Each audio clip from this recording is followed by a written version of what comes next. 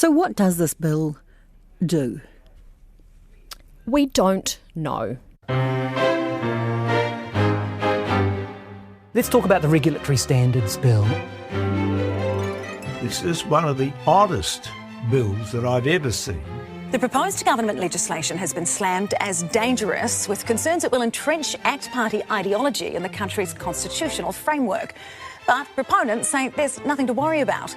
New Zealanders really aren't aware of the significance of what is being proposed. This bill has no place in a fair and democratic New Zealand. This is a terrible bill. I'm Alexia Russell, and today on The Detail, a subject I've been dreading attacking because A, it sounds really boring, and B, it's really confusing. Every person in the know has a different opinion on it. Even lawyers are split. Those opinions range from it's the worst piece of legislation in the history of democracy to it's not going to change anything.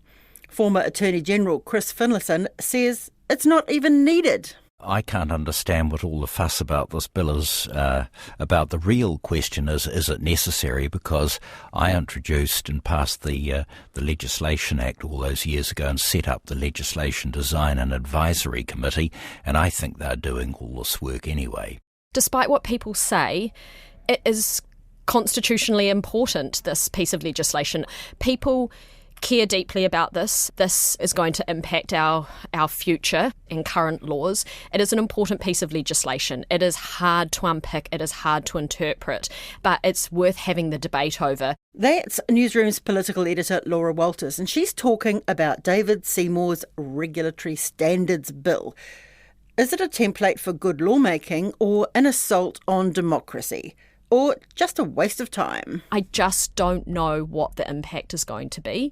Kind of constantly like storm in a teacup or like constitutional nightmare. Storm in a teacup, constitutional nightmare. It's somewhere in the middle there. So what exactly is it? The Regulatory Standards Bill is a confusing or boring name, as you say, Alexia. I like to refer to it as the, quote, good lawmaking bill, which is what David Seymour, the bill's architect, kind of has billed it as.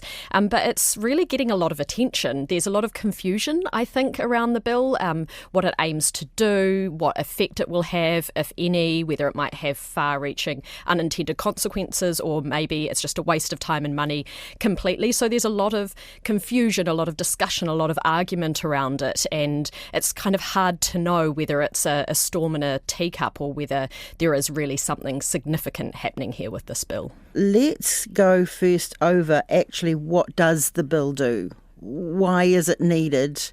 What will it change? The idea behind this bill, if you're talking to David Seymour, is that it would essentially set up some foundational principles for what constitutes good lawmaking, and all past and all future laws would essentially be tested against these principles. So we kind of refer to them as a set of core principles, and they are quite complex, but the shortened version of it, these principles are the rule of law as one, liberties, taking of property, taxes, fees and levies, the role of courts and good lawmaking. So that's what the set of principles is really looking to address, really focusing on.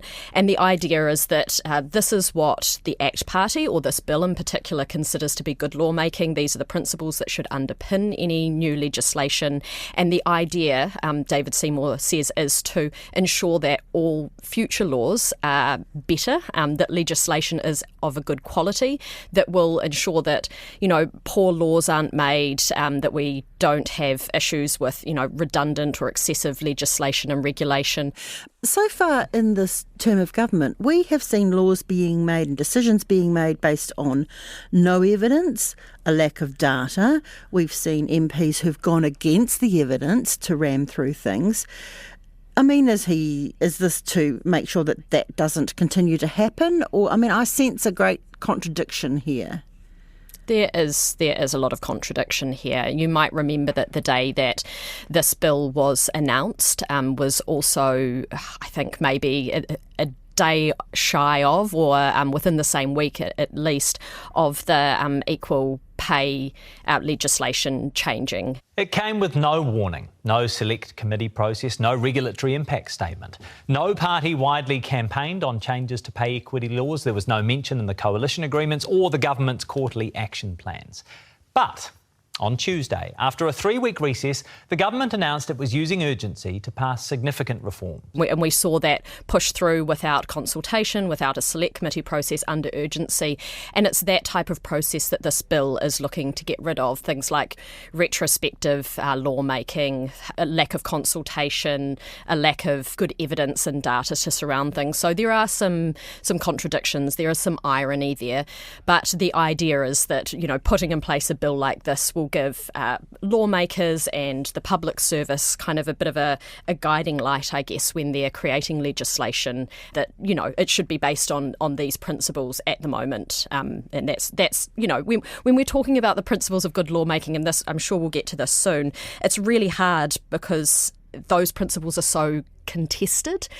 So the idea is that this law should make for better lawmaking, but everyone has to agree that this law is the right mechanism for it and has those principles right in the first place. And it seems that New Zealand just cannot agree on that. The bill has passed its first reading, but along the way there's been controversy with everything from the tight time frame for submissions. Well, Finance and Expenditure Committee has allocated a maximum of 30 hours for public submissions on the bill.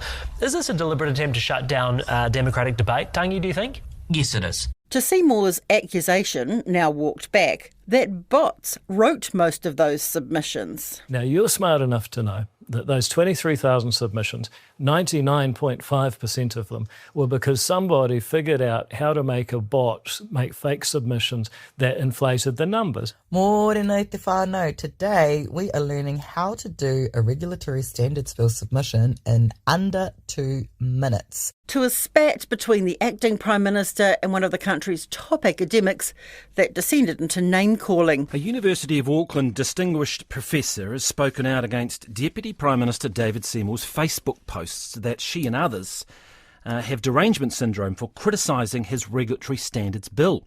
Dame Anne Salmon, once New Zealander of the Year, has complained that the acting Prime Minister is breaching the Cabinet manual with the posts she claims are aimed at silencing academics. I mean, debate is fine, but I think what's happening here is that we've been described as victims of the day and said to be deranged, and this is coming from an acting Prime Minister against sort of individual citizens who are speaking their minds about the regulatory standards bill. And I just don't think that's acceptable. I think, it's beyond the pale to single people out in that way and try and silence them, in effect. So what's it all about? Here it is in the words of its architect, speaking at the Finance and Expenditure Committee. When it comes to the restrictions that government places on the use and exchange of property through various regulations and laws and so on, I don't believe that we have had the level of transparency or scrutiny that we need. And as a result, excessive regulation has led to a number of costs on New Zealanders.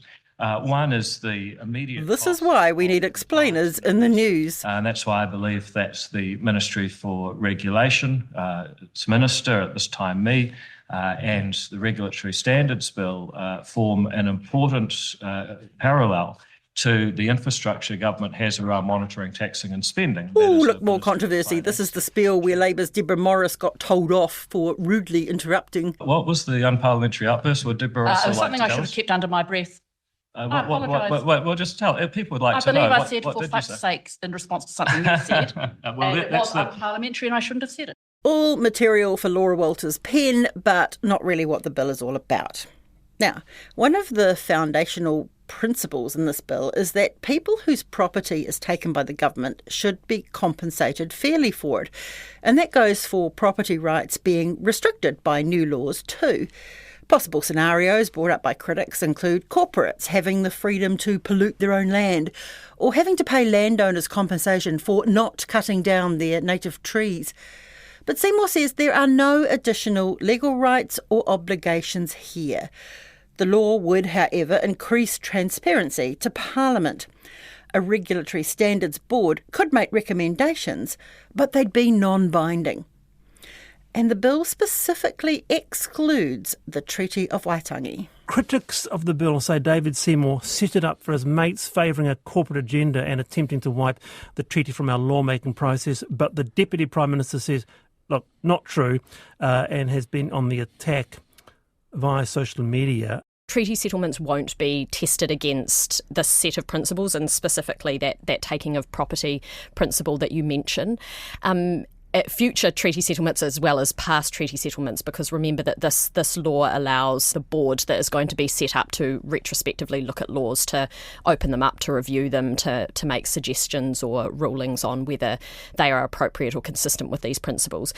But on that one of taking of property and treaty settlements, they decided to leave that out entirely. And previously, before the final principles were announced, there was some advice around that, or a submission that specifically pointed to that potential issue from the Legislative Design and Advisory Committee, which is kind of currently our lawmaking watchdog.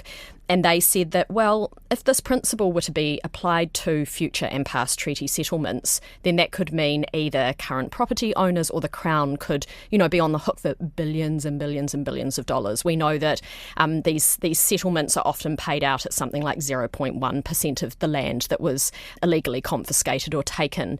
And of course, those settlements are not going to be looked at as part of this law. They're being left out completely. So, it could have been that we had an unlikely pairing there between the likes of Te Pāti Māori and the ACT Party if treaty settlements were included. Now, I asked David Seymour about this, why he decided to leave out treaty settlements, why he decided to have that exempt.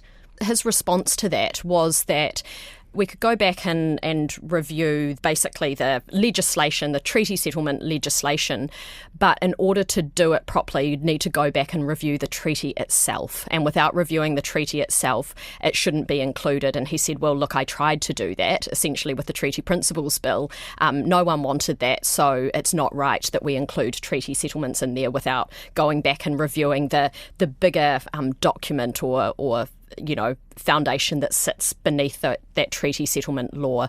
Now, I also asked him whether he ever considered including treaty settlements or whether he got any advice around that and the amount of money that could cost the Crown if they were to fairly compensate people who had, say, their land taken from them. And he said no, but I would be incredibly surprised if there wasn't some kind of advice or discussion that would have happened, among Treasury, among Crown Law, those types of government departments around that, because to me that would be potentially a huge risk to the Crown financially. Oh, you're talking trillions, really. Yes. So, too hard basket? I think so. Too hard, too controversial, too difficult. And you've got to remember as well, his coalition partners have, supported this bill. It was part of the coalition agreement between National and ACT, and of course then New Zealand First signs up to that as well. But I cannot imagine a world in which ACT or the likes of New Zealand First or National support something that would allow for treaty settlements to be reopened, kind of relitigated, and potentially put the Crown or private property owners on the hook for, like you say, billions if not trillions of dollars. So what does this bill do? We don't know. What? I think that is the biggest. I think that is the biggest issue here, Alexia, and it really depends on who you talk to. So, like we've said, David Seymour has billed this as helping get rid of unnecessary and bad regulation and lawmaking, the idea being that it will improve the way that laws are made, it will lift productivity, it will make us, a more efficient and effective economy and nation. That is how it is described, that's the idea behind it. Now, when you read different pieces of advice and different submissions, you get very different ideas, even among people who support or who oppose this bill. So some people say, kind of the more, I guess, benign end, could say, well, look, we don't really know what's going to happen. This might actually not have much of an impact. We don't know if it's going to improve lawmaking. There's no real evidence sitting behind this. It could just essentially use money in terms of the public service exercise or bureaucratic exercise that needs to happen, and actually nothing will be improved. And then as you kind of go further along the spectrum, you get people who say this could have unintended consequences, things that we don't really think of or know about now. Other people say, this could have far-reaching and very significant constitutional impacts and effects. We've seen a debate this past week or so around whether it could lead to people going to court to sue and using this bill as kind of the thing that they're pointing to. Now, we've got to remember that in this bill there is no enforceability. So lawmakers, the executive and the bureaucrats that help write the laws can still write a law that's in breach of or contradicts these principles. That is allowed. They have to make a really good case for it, and they might be called out. This review board that is going to be set up might say, this flies in the face of this law. It's in breach of these so-called good lawmaking principles. That doesn't stop them from making the law. So whenever people say this is going to have far-reaching consequences and we're really worried about the impacts, of course, David Seymour says there is no enforceability mechanism in this law. Then the question becomes, could it happen anyway? If you look at something like our Bill of Rights Act, which this has been compared to by a lot of public law experts and constitutional law experts, they say, well, yes, there's no enforceability in the Bill of Rights Act. Here's our newsroom colleague Jonathan Milne getting stuck in on RNZ's The Panel. The interesting thing about the Bill of Rights Act is it's regularly ignored. So the Attorney-General gives the advice, the government goes, yeah, but we don't want to do that. And that's happened with this bill, with the Regulatory Standards Bill. The Bill of Rights vetting has come in, and the Attorney-General said, actually, this probably isn't great. It uses language like liberties. It isn't really familiar to our legislation. But you know what? The government's going to ignore that. Governments can make laws that are in breach of the Bill of Rights Act. They have to declare it. But then we've also seen the courts take different positions on that people go to the courts, they challenge these inconsistencies with the law. In some civil cases, perhaps people, win or are granted compensation and things like that. So that's kind of the debate that is swirling around. No one really knows what the exact impact and effect will be, whether it will be kind of positive, neutral or negative. And I think that uncertainty is what is driving a lot of this debate, and it is incredibly heated. And I mean, it sounds, as you say, a law designed to stop unnecessary and bad lawmaking is in itself unnecessary and bad lawmaking. I will speak to the first part of your question first, whether it is unnecessary. Now, if you are to talk to some people like David Seymour, he would say no, because in his mind, of course, it's necessary because we have bad laws, and he thinks that this will make for better laws. If you read the advice from his own Ministry for Regulation, they do say that this is not their preferred option, that this is not the way to go, and so do a lot of other submitters. I think what we've got here, essentially, if you speak to many people who oppose it, is the wrong solution to the right problem, if that makes sense. So everyone agrees that we need better lawmaking. So it is necessary to do something that improves lawmaking, improves the quality of it, how it is written, whether it's fit for purpose, how it interacts with other laws, and understanding kind of the effects and consequences that's going to have.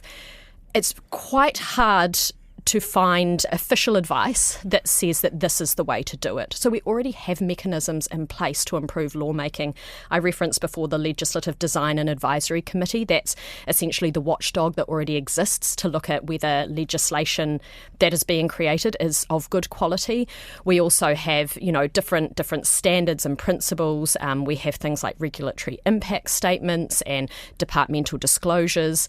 We have, tests against the, Bill of Rights Act, so human rights tests when we're writing laws. At the moment, we have Treaty of Waitangi tests on the laws that are being written. So there are a lot of existing mechanisms there, and a lot of the submitters, and including the advice from David Seymour's own ministry, is that there's an opportunity to actually bolster those existing mechanisms to make laws better. Then perhaps there could also be a creation of an independent body, like an officer of parliament or something like that could, sit independently, so not politically appointed, someone entirely independent, who could then sit above and have oversight of good lawmaking. So whether it's necessary or not, I think that's really up for debate, but you will see a lot of advice saying that this is not the way to solve the problem. Yes, there is a very real problem there that our lawmaking needs to improve, but whether or not this is the way to do it is highly contested. Now, whether it's bad, I think that just goes to the point we've been talking about and why there is so much debate raging. It's hard to know what impact it's going to have. This bill is not just something David Seymour dreamed up yesterday. It's been, in one form or another, under consideration for the last 25 years. ACT has tried and failed to introduce it 3 times before, but this time it's part of the coalition agreement.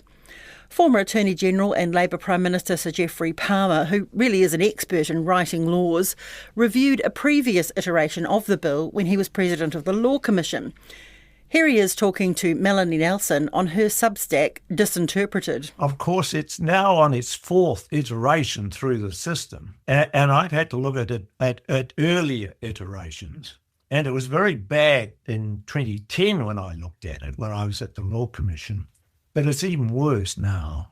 And what is the purpose of this exercise? The purpose of this exercise is to reduce the amount of regulation. And where is the case for that made? I haven't seen it made in the preparatory materials for this legislation. That need is asserted. It is not proved. There is no evidence for it. And it's no use getting up and making smart speeches about how this is too much regulation, because regulation is done for a reason. And the best you could do would be to gut it at the select committee stage, but it would be better if it was just rejected. Another critic is public law expert Eddie Clark. He says the bill reflects, in his words, libertarian minimalist state principles that could gradually shape lawmaking in favour of corporate interests. Even, our foremost experts in the country, our foremost public law and constitutional experts in the country can't agree exactly on what this is. If you speak to people who oppose it, they say this is an attempt by ACT to impose a libertarian ideology on the way we make laws and regulations in New Zealand. If you speak to people who support it, they say that this is a way to improve the quality and the efficiency and effectiveness of laws in New Zealand, and that will be good for everyone. So I guess it just depends on which side of the debate you land on. And like a lot of legislation, you kind of don't know if it's good or bad until it's already been enforced for a while. But yeah, you'll see from a lot of people, especially public law experts and constitutional experts, that they're not a fan and they would call this bad lawmaking. But then, of course, you have people on the other side who think differently. So, yeah, I think that's still up for debate. Meanwhile, it's costing, 18-20 million? Yeah. And I mean, look, that's an easy one to throw at David Seymour, isn't it? He's always for less bureaucracy, less government spending or unnecessary government spending. I think he would say that if this has a positive effect, his desired effect, then that is money worth spent. $18 to $20 million is not nothing, of course. It's hard for people at home to think of $18 to $20 million as, a small amount of money. That's obviously would be huge for a household. Yeah. But in terms of government spending, if this were to improve the way that all laws were made and to have a really positive impact across the board, I think $18 to $20 million in administrative costs would be a cost that this government and future governments would be willing to wear. The question is whether you're going to get bang for buck, whether you're actually going to get better laws out of that 18 to 20 million. Labour is opposed to the bill and has promised to repeal it. That's all for today.